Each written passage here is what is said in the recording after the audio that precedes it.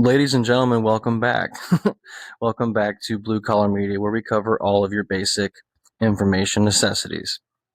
And today's episode is going to be it's going to be interesting, at least if you're me and find the things that I think are interesting, like the geopolitical area of the world right now and where we're at with that, where things are heading and where they've been, which is kind of what we're seeing here when we see this recent in contempt move of Anthony Fauci in his hearing day before yesterday, pleading the fifth over what color of tie he had on, and pleading the fifth about the color of the carpet in front of him under, you know, legal counsel. Under legal counsel, he elected to plead the fifth. The problem with that, though, the problem with him pleading the fifth on those things is he has a pardon under the Biden administration. He has a pardon under the Biden administration for 10 years, and it's a blanket pardon for 10 years, right? So first of all, he's probably not going to be alive to see any real consequence of anything that he did during COVID. He's probably not going to see any consequence about the lies that he knew about and spread himself, the disinformation that he himself generated. These are the allegations. This is what people are saying. This is what people are throwing at him right now, under testimony. And he pleaded the fifth. And when you have a pardon, a presidential pardon, you kind of null and void that right. You don't have it anymore because you're pardoned. You shouldn't have to need it. You should be able to speak freely about things that you suffer no legal consequence from. These are the rules of the game. This is not me saying this. These are the rules of the game. And these are the rules that he's playing under, except he's playing the same game we are.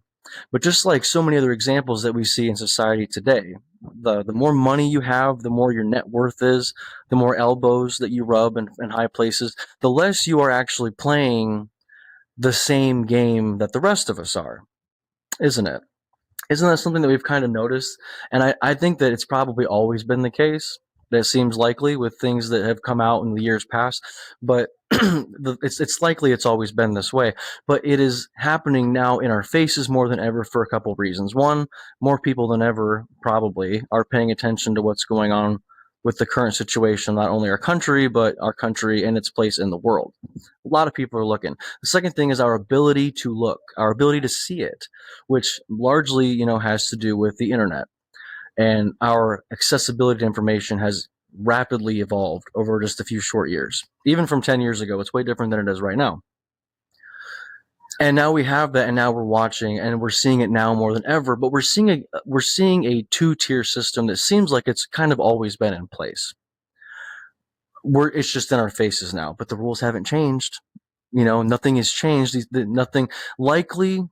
I would love to see it if it's deserved, right? If it's deserved, if what people are saying about Fauci is true, allegedly, if that's the case, then he should see legal consequence from that. The same as everybody else in this country. You break a law, you suffer the consequences of justice. That's supposed to be what happens. But it doesn't seem to be happening. Not the way it would for you or I. Oh no, definitely not. And nobody's really going to do anything about it either, mostly because in this day and age, we can't really seem to afford to. A lot of us can barely afford to get to work in the morning. I don't know about you, but my area where I live, gas is almost $4 a gallon right now, and it's probably not going to go down.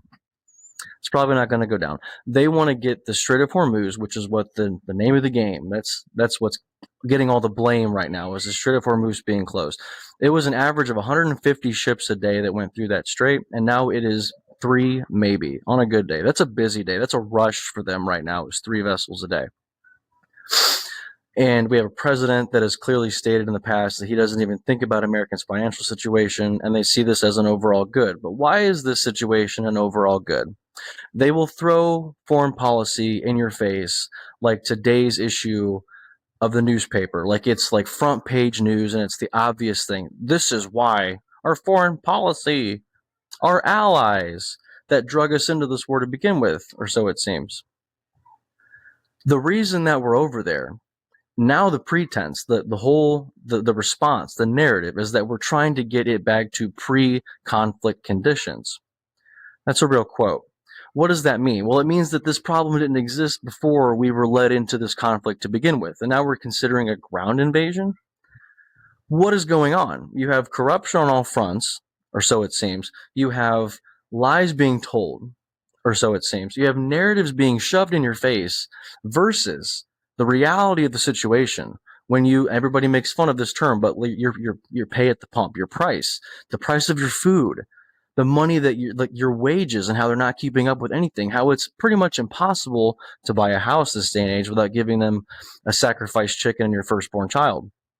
These are the things that you need to basically live in society where these people are thriving and are seemingly, it appears to be, exempt from the same legal consequence that you and I live under, that we supposedly vote for. These people are getting away with it.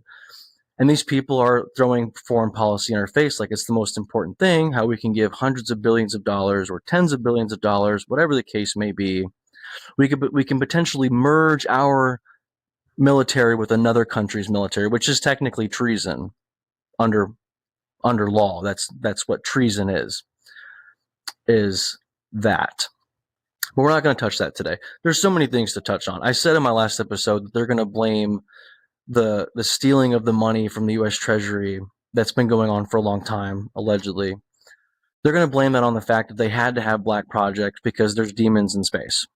I said that, and that might have been a vague point to people that weren't privy onto what I was saying. But what I was saying was you're already seeing that narrative being spun.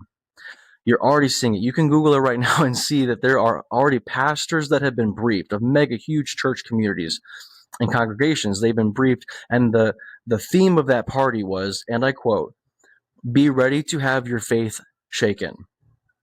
Because they're gearing up the pastors in large church congregations to tell people essentially that the Bible was written by aliens, and it was meant to control us, and that God isn't real and that aliens exist. This is literally the pretext of what they say they've been briefed on. This is what they're saying. I'm not saying this. This is what they are coming to you with, this knowledge that they were told to tell their flocks. That's a quote.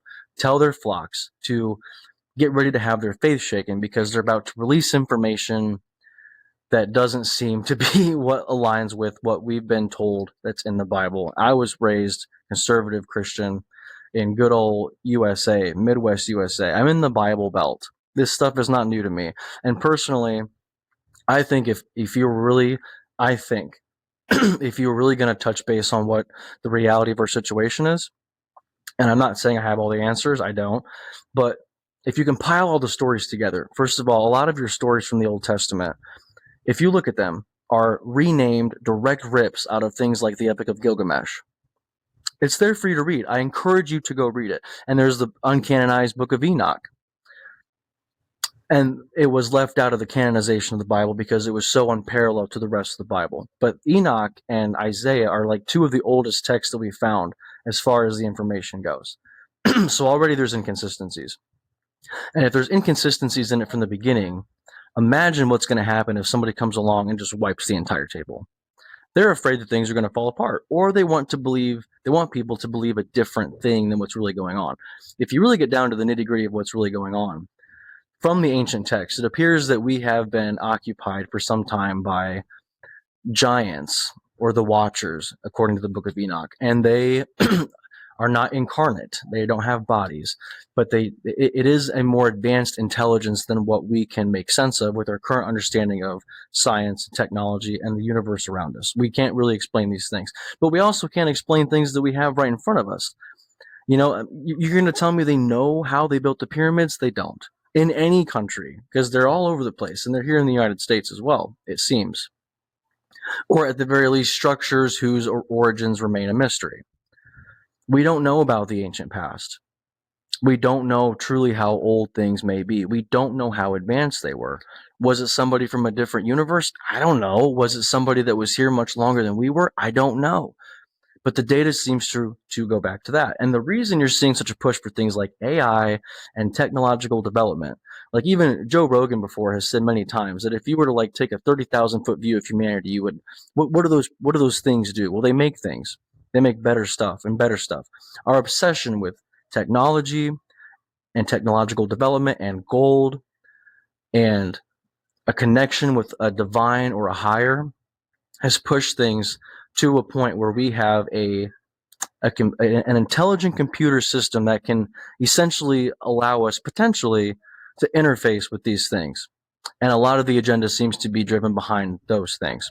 I would guess that's what it seems to be based upon the information that we have from a 30-foot view. Is that true? I don't know. Is it a possibility? Yeah, it's a possibility. Are you kidding me? Half the things that you've seen in your life before aren't that you didn't even think they were possibilities. But you've seen them. You've seen crazy corruption be exposed. You've seen the misuse of military force in other parts of the world, especially throughout history. You've already seen these things that you look and you're like, wow, that's so crazy. Yes, it's crazy.